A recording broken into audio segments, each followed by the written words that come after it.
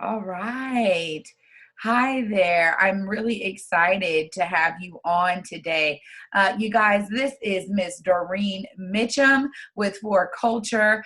She is the arts program manager, and she's going to tell us about how For Culture is adjusting during the COVID virus and how they have some solutions for community members and community organizations. Doreen, thank you so much for joining us. Hi, Triana. Thanks for having me. Absolutely. It's a pleasure. I know For Culture well, just for my own person, when I was just getting started trying to do arts programming, For Culture was one of the first people that granted me money to start. So I just have my Yeah. own history with For Culture. We like being the first ones in if we can. Yeah, right on. Well, I know you guys are making adjustments just like everyone else, as I said. Doreen, you're here to tell us a little bit about the adjustments you guys are making as an organization. And then later on, you're going to probably tell us about some specific programs you guys have going on right now. So, how are you guys adjusting during this crazy time for us all? Well, our wonderful executive director, Brian Carter, kind of was keeping close tabs on what was happening through both the county executive office and the state, public health office. And so we were getting all the bulletins. We were, finding out what was happening, what were the best practices and so forth. So, as soon as Governor Inslee recommended the social distancing, we got right on it. So we all transitioned to working from home.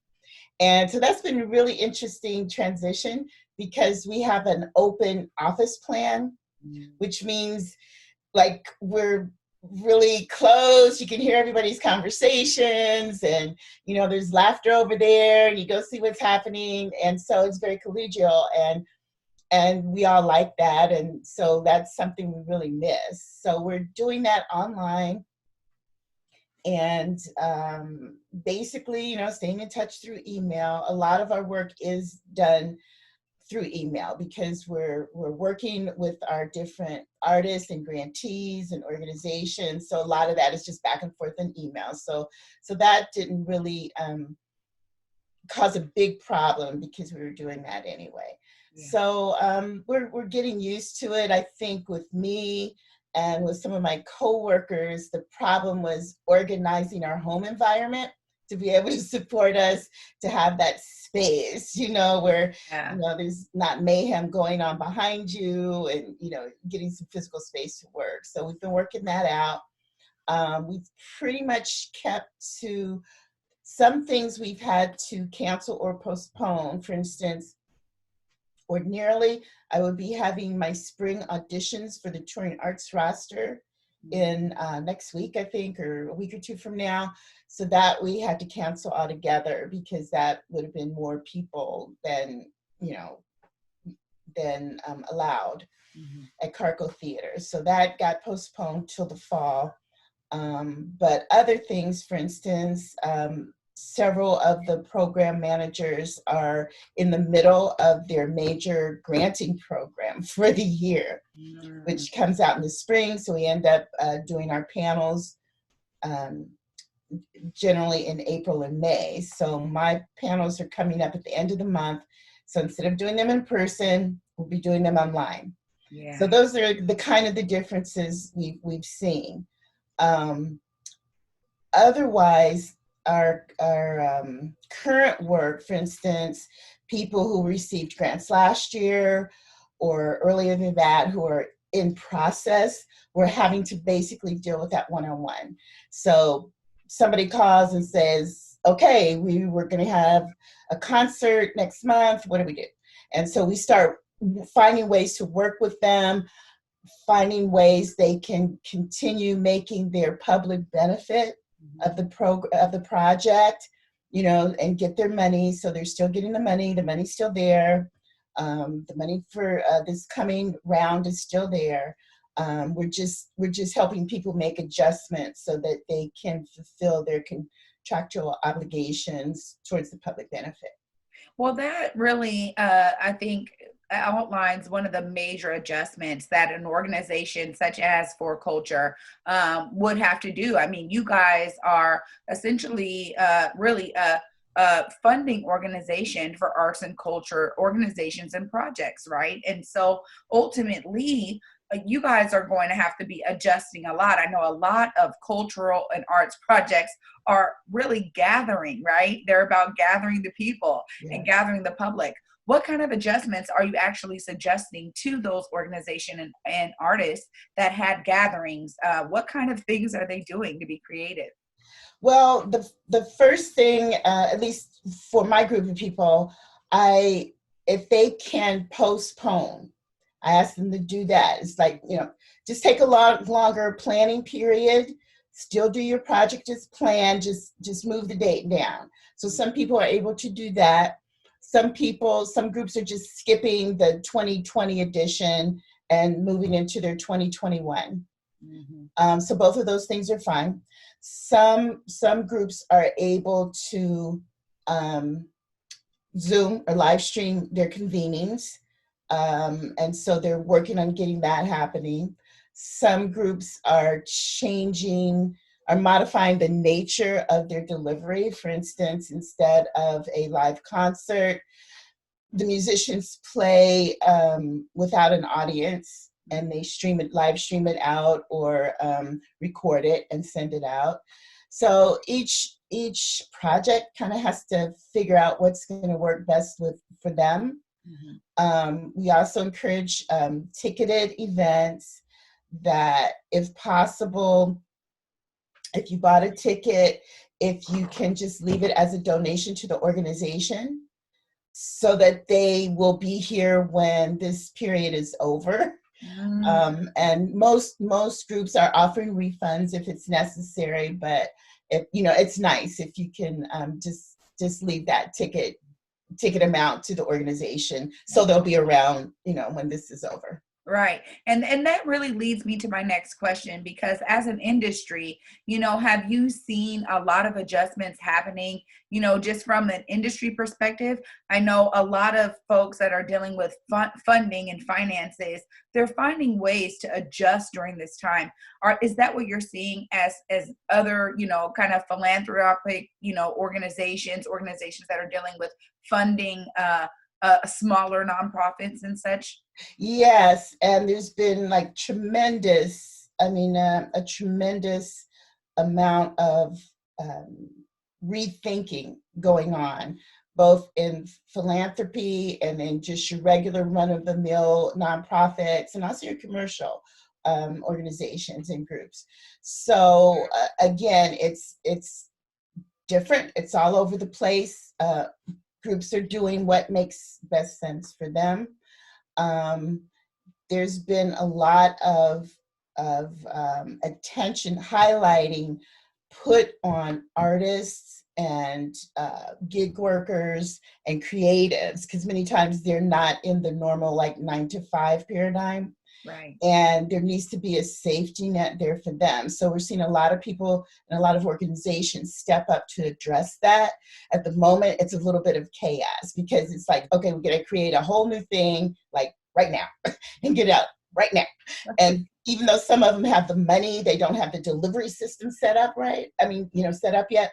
Right. So what we have been doing is we have a resource page. So everything that comes across any of our desks, it gets on this page. So anybody can go and look and see what's there that they can access.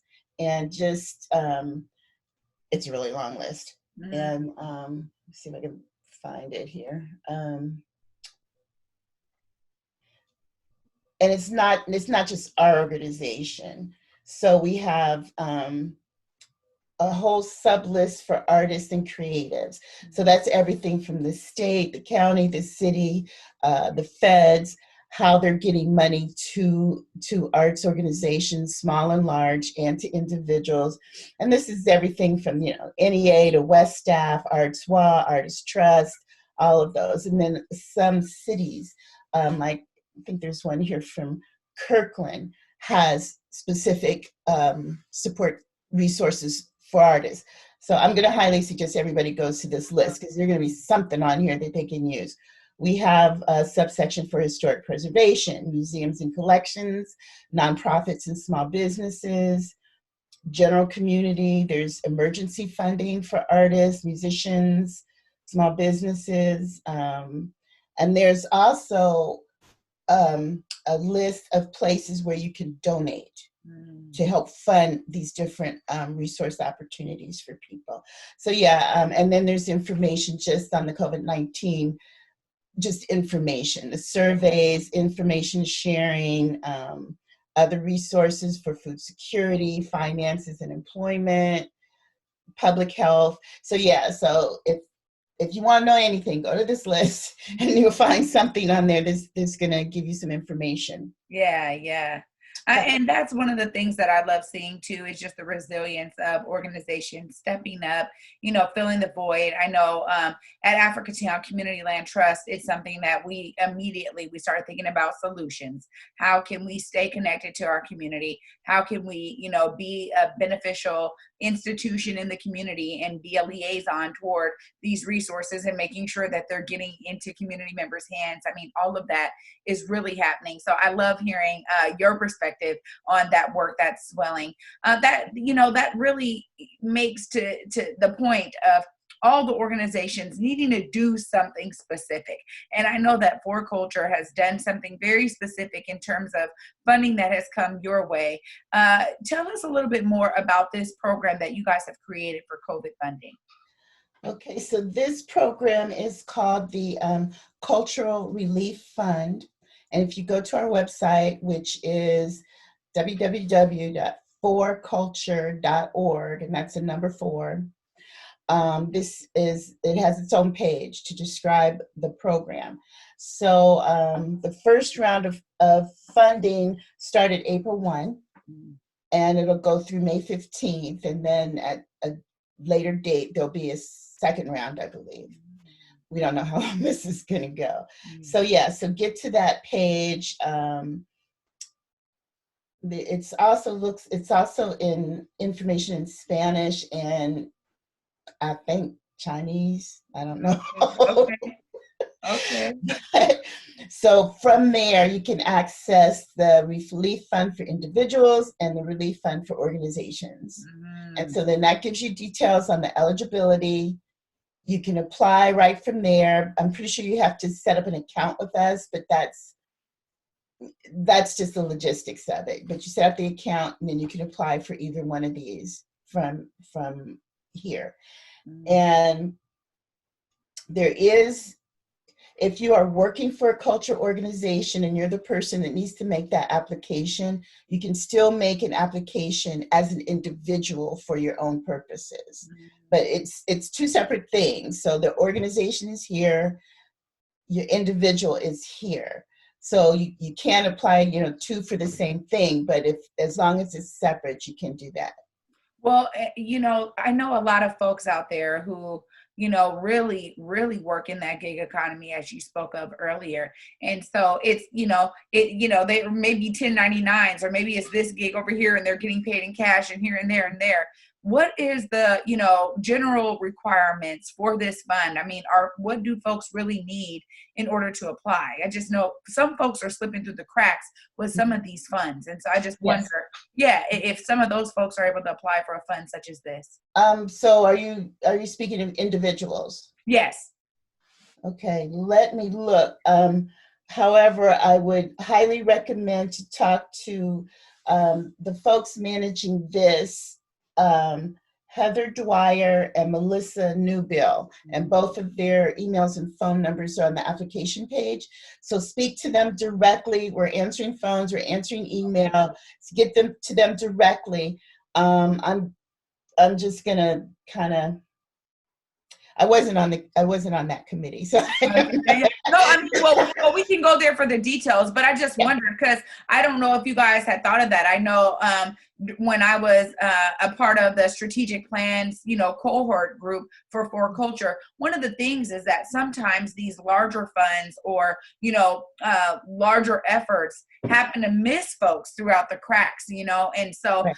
I know a friend of mine in particular that works on, AV and just setting up audio at different things, churches and this and that.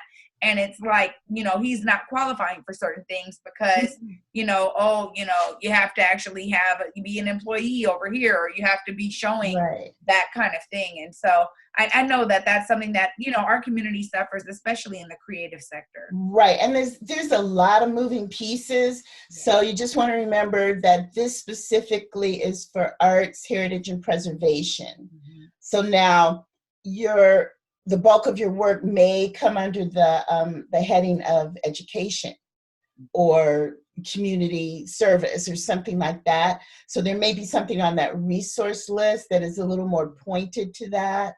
So we're really looking for arts workers, cultural workers. But if you think you're gonna, like I said, talk to Heather or to Melissa. If you can get in, they'll figure out a way to get you in. Well, once again, Doreen, I really appreciate this. Let's hear it one more time. The website, just so folks have it fresh in their minds. Where can they go to find all this information? www.forculture.org. Right. And if you just Google For Culture, you will find us. And don't worry about finding the exact right person to call. Just call and we'll figure out who you need to talk to and get you to the right person. Well, thank you again. That's good to know, because sometimes people get, pinged all around. So it's good to know you guys are ready to receive those calls. Yes. On the phones, on the emails, staying connected to community. Yes. Absolutely. Well, Miss Doreen Mitchum with For Culture, once again, we thank you right here. It's your girl, Trey Holiday, and we'll be right back. Thanks so much. Bye-bye. Thanks.